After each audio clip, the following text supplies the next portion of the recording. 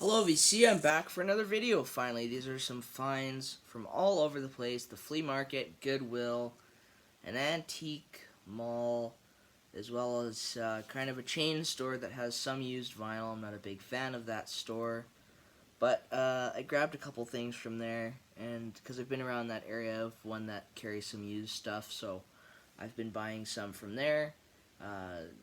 The prices are not the best, but still, when you find some good stuff, you gotta pick it up. So let's kick it right off with one of my favorite Kiss albums, not liked by many, but I think overall it's a great album, Kiss the Elder. It's got an original sleeve that I found this at an antique mall, so that was kind of neat. Gatefold, I needed an upgrade, and that definitely was. Moving on, another Kiss album. I've had this for a little while. This was off of Amazon, and this is Kiss the Millennial Concert. Some people call it Alive 4. Well, it's not really Alive 4, but it's from 2000, and this was recorded in Vancouver, British Columbia, Canada. And it sounds really good. And yeah, I just needed it. Didn't have that one. It wasn't too pricey on Amazon. I'm gonna move those there. There we are. Moving on, I've got an album from Willie Nelson and Family, Honeysuckle Rose.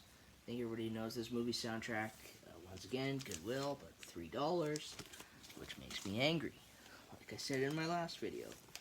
But that's alright, because I've got Ian and Sylvia. This is, I already had this, but this is a different pressing, so I picked it up for $1. Moving on, this is from the chain that I was talking about. It's called Sunrise Records in Canada. It's got a little tear here on this, but I never see the Miracles on vinyl, and this thing kind of pops up here. You might have seen this album. It's from the 70s, so pretty good. It's not bad. Moving on, I've had this for a while as well. I found this at the flea market and never showed it. This is an album I've been looking for a very long time. This is Shaking All Over the Guess Who / Chet Avalon and the Expressions. Canadian legends, of course. It's on quality, and cover's got some wear, but you cannot find this album in good condition as hard as you try, unless you want to pay like $400, which I'm not wanting to do that. This is kind of a weird one. The Young Frankie Avalon. This is his second album. Once again on that same quality label. This is a lot earlier.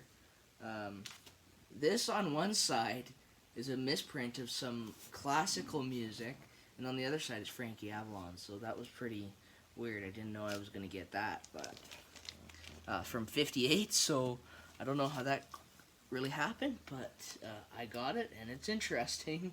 So moving on, one of my favorite new country artists, just one I didn't have. This is Eric Church with Caught in the Act.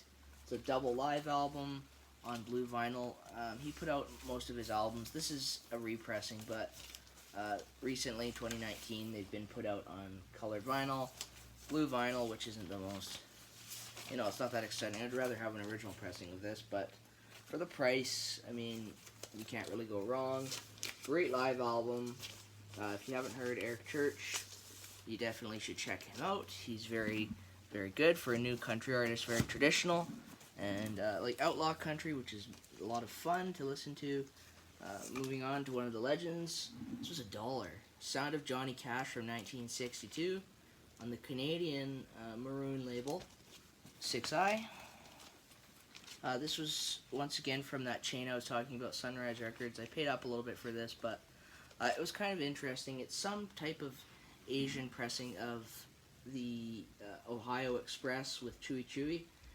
I'm thinking it's like a Korean, Japanese type thing. It's kind of in this bag, and the cover's just paper, so there's the label. I couldn't really find it on Discogs, so I don't know, but it was an interesting find. This was $1 find at the flea market. Roy Orbison soundtrack from 1967 on MGM Records. Always a slick label, just black, and really like that one. A legend who we lost way too, well, not way, I wouldn't say. It's just sad that we lost him. Merle Haggard. This was his last solo album, last studio album, and this is a release from 2019, so very recent. Same place that I got that, Sunrise.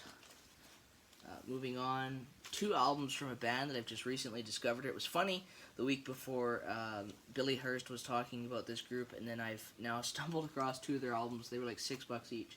This one's not very easy to find. This is Shenandoah. This is a great country band from Muscle Shoals, Alabama. This one's from '89, so a little tricky to find.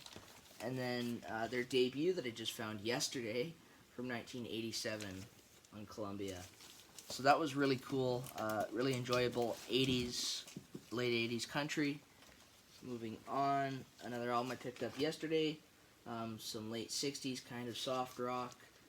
I wouldn't say, not using the word psychedelic, because I hate when people use that word too much, to be honest. This is the Arbors. They do The Letter, which is a really nice version from 1969 on Date. That was a couple bucks, so I was pretty surprised to find that.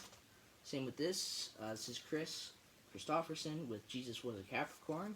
His 3rd album on Monument. Great album. Great songwriter. Some people don't like his voice, but I sure do. And Canadian-only album that's very rare. I've got a stereo copy of this in a frame, which is more rare than the mono copy, but now I've got both. So this is Traffic Reaping, 1967 on Island in mono, which was pretty neat. Never seen that one. I paid, I think, $35-40. Been looking for this album for a long time. This is a fun album to put on. This is New Edition with their kind of debut. It's got Cool It Now, Mr. Telephone Man, All the Songs You Want on MCA, the Rainbow label, which sometimes doesn't sound the best, but on that one it wasn't too bad, so that was pretty awesome. A great artist that I've rediscovered. I used to listen to her a lot. This is Laura Branigan with Laura Branigan 2 on Atlantic. I've got about 5 of her albums now, and just some solid pop dance music from the 80s, famous for Gloria, Self-Control, those great songs. A couple videos ago I talked about Van Morrison, that I need to get more of his albums. So this is a pretty standard one from 1980. Really a nice album. I haven't finished listening to it, but I enjoyed what I heard so far. And last but not least, we're going to finish off with a really cool album from Tommy James. This is Christian of the World, 1971, so it doesn't have the Shondells on it. It's kind of a soft rock, a little bit of gospel elements, as you can probably hear in the title, Christian of the World.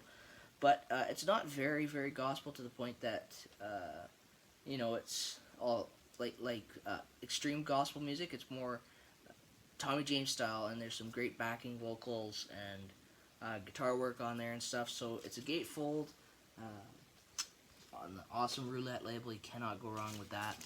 And those are my finds, so thanks so much for watching. Hope everyone's doing well. I've been watching everybody's videos. Wish I commented a bit more, but haven't had that much time, but still around. Thanks so much for subscribing, liking, and all of that great stuff. So have a wonderful day, and see you next time.